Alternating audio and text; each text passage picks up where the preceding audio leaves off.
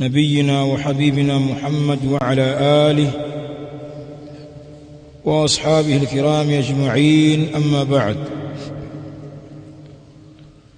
بإذن الله الكريم tunaendelea na darasa yetu baada adh-dhuhur. Darasa hii katika al-aqida, katika somo la itikadi, kupitia risala hii sharhu lum'ati al-i'tiqad, ambapo ni sharhi al-allama Muhammad bin Salih al-Uthaymeen rahimahullahu ta'ala. Na leo tutaanza kusoma maneno ya muallif al-asl, wa huwa al-imam al-muwaffaq ibn Qudamah al-Maqdisi rahimahullahu ta'ala. Kipengele ambacho wanakizungumzia kwa sasa ni dhikru baadhi ayati sifat, ni kuzitaja baadhi ya ayat za sifat, kwa maana ayat zilizokuja ndani ya Qur'ani allati tatakallamu an sifati Rabb subhanahu wa ta'ala, aya ambazo zinazungumzia sifa za Allah subhanahu wa ta'ala.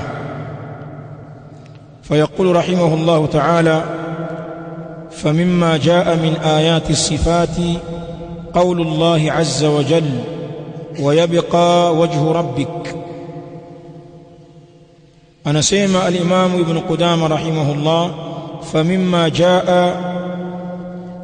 نميونغوني ما يلي يمكوجا من آيات الصفات katika aya za sifati. Famimma jaa min ayati sifati, na miongoni mwa yale ambayo yamekuja katika ayati sifati, yani fi alquran, qawlu Allah azza wa jal, ni qawli ya Allah azza wa jal aliposema: wa yabqa wajhu rabbik, na utabakia uso wa Mola wako mlezi, kama aya ilivyoanza: kullu man alaiha fan wa yabqa wajhu rabbika dhul jalali wal ikram, kila kilicho juu ya hiyo ardhi ni chenye kumalizika, na utabakia uso wa Mola wako mlezi wenye utukufu na ukarimu. Akaileta aya hii katika suratul Rahman aya ya 27. Asharhu, al-allamatu Muhammad bin Salih al-Uthaymeen anasema: as-sifatu allati dhakaraha al-muallifu min sifati Allah ta'ala. Ibn Uthaymeen anasema as-sifatu allati, sifa ambazo dhakaraha al-muallifu, amezitaja sifa hizo muandishi mtunzi wa kitabu, anamkusudia Ibn Qudama rahimahullah, min sifati Allah ta'ala, ni miongoni mwa sifa za Allah subhanahu wa ta'ala. Kisha anasema dhakara al-muallif rahimahullah min sifati Allah, na ametaja mtunzi rahimahullah katika sifa za Allah as-sifati al-atiyah, ametaja sifa zifuatazo. Wasanatakallamu alaiha, na tutazungumza juu ya sifa hizo, hasaba tartibi almuallif, kwa mujibu wa mpangilio wa mtunzi, kwa alivyozileta sifatan ba'da ukhra, sifa moja baada ya nyingine. As-sifatu al-ula, sifa ya kwanza, anasema sharih: alwajhu, ni uso, metajwa hapo. Yabqa wajhu rabbik, uso. Alwajhu ni uso. Sheikh anasema thabitun lillahi ta'ala, alwajhu, uso huu, alwajhu thabitun lillahi ta'ala, uso ni wenye kuthibiti kwa Allah ta'ala, kwamba anasifika na sifa hii ya kuwa na uso. Bidalalati alkitabi was sunnah, bidalalati alkitabi was sunnah, kwa julisho la kitabu na sunna. Qur'ani imefahamisha kwamba Allah anao uso, kadhalika sunna ya Mtume alayhi salam imejulisha hivyo, wa ijma'i salaf, na makubaliano ya wema waliotangulia kwamba Allah subhanahu wa ta'ala ana uso. Alwajhu thabitun lillahi ta'ala, uso ni wenye kuthibiti kwa Allah ta'ala, bidalalati alkitabi was sunna, kwa julisho la Qur'ani, la kitabu, wa sunna na sunna, wa ijma'i salaf, na makubaliano ya salaf. Anaanza kutaja dalili sasa. Qala Allah ta'ala, amesema Allah ta'ala, wa yabqa wajhu rabbik dhul jalali wal ikram, na utabakia, kwa maana bila ya kumalizika uso wa Mola wako mlezi, dhul jalali, wenye ukarimu, wenye utukufu wa uso. Dhu hapo ilipo ni wasfu wa alwajhu, si ndio? Dhul jalali, wenye utukufu wa uso, wal ikram, ina maana hiyo, dhul jalali wal ikram, uso wenye utukufu na ukarimu. Aya hii iko wazi kwenye kuthibitisha sifa ya uso kwa Allah subhanahu wa ta'ala. Kisha akaleta hadithi hapo muttafaqun alayhi, hadithi ya Sa'd ibn Abi Waqqas radiyallahu ta'ala anhu.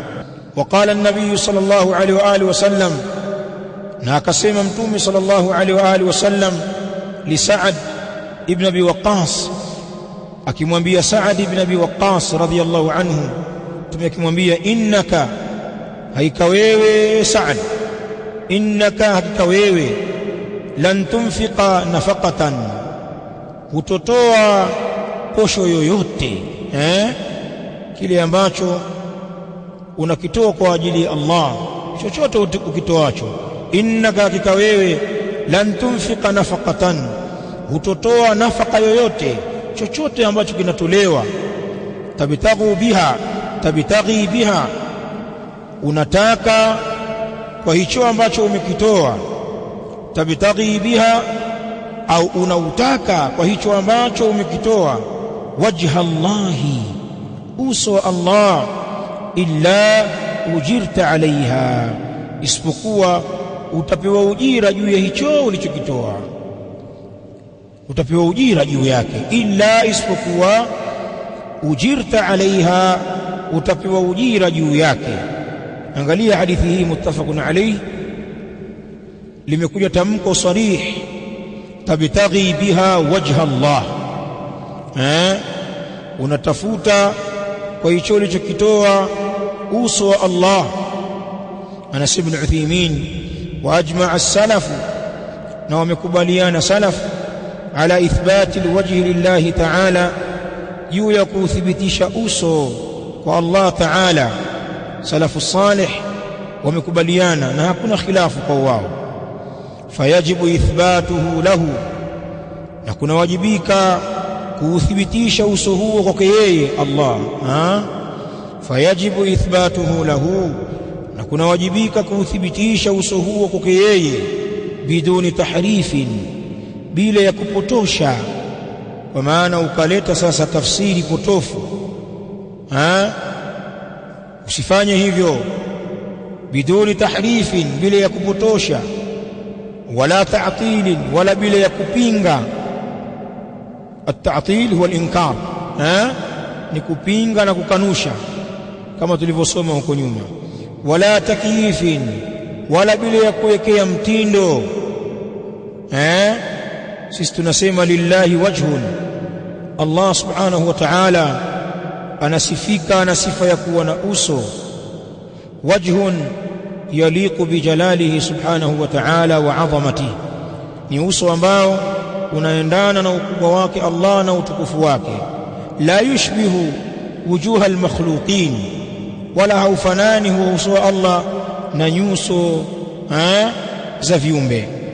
Tunathibitisha uso kwa hakika bila kubabaisha, lakini tunakanusha kaifia kwetu sisi viumbe wake hatujui uso wake ulivyo, lakini anao uso wa hakika. Ukoje? Allahu a'lam. Allah ndiye mwenye kujua namna uso ule ulivyo, hajatuambia sisi. Lakini swali hapa, sisi hatujui kaifia ya sifa hii ya wajhi na sifa zingine za Allah, hatujui mitindo yake. Lakini je, sifa za Allah zina mtindo hazina? Swali, zina mitindo hazina? Zinayo mitindo. Nahnu la na'lamuha, Allahu ya'lamuha. Sifa zake zina mitindo, sisi ndio hatujui, hajatuambia hili. Yeye anajua, kwa sababu kusema kwamba hazina mitindo pia hadha intiqasun lillah, huku ni kumtia illa na kumdogosha Allah ta'ala. Allahu an dhalik. Kila kitu ambacho kipo, kullu mawjudin fala budda an yakuna laha madha kaifia. Tumesoma hapo nyuma. Kwa hiyo biduni tahrifin, bila ya kupotosha, wala ta'tilin, wala kupinga, wala takyifin, wala kuweka mtindo, wala tamthilin, wala kufananisha, ukaifananisha sifa hii ya uso ya Allah na sifa ya uso ya viumbe wake, kwa sababu tu sifa mbili hizi zimefanana kwenye majina. La, hapana, sisi hatumfananishi Allah na nani? Na viumbe. Hata kama kuna mfanano fi mutlaqil ism, katika majina, uso wa kiumbe utaitwa uso wajhu, na uso wa muumbe utaitwa wajhu. Sasa haina maana kufanana majina ndio kufanana uhalisia na uhakika. Hata sisi humu tuna mifano mingi. Kuna viumbe vingine vina uso, lakini sio kama nyuso zetu, si ndio? Uso wa mbuzi ni kama wa kwako, lakini mbuzi ana nini? Ana uso mwenyewe, na uso wake umepata maarufu ukaitwa uso wa mbuzi, kwa maana kitaka lake ana haya. Hata kama ni mti wa watu wataparamia, mradi yale mbuzi alivyo, mradi achunge tu maua ya watu, ni bustani. Tena kwenye vitu vya watu ndio wana shauku kweli kweli na kuminyana, kupanda na nini. Uso wa mbuzi una haya kwenye fensi ya watu, lakini uso wetu sisi wanadamu si kama wa mbuzi. Sasa mbona wale watu wa bid'a wanalazimisha, ukisema Allah ana uso, hapana, astaghfirullah, astaghfirullah, namfananisha Allah na viumbe? Bwana, wenye uso ni viumbe. Sasa naye alikwambia uso wa viumbe ndio kama uso wa Allah?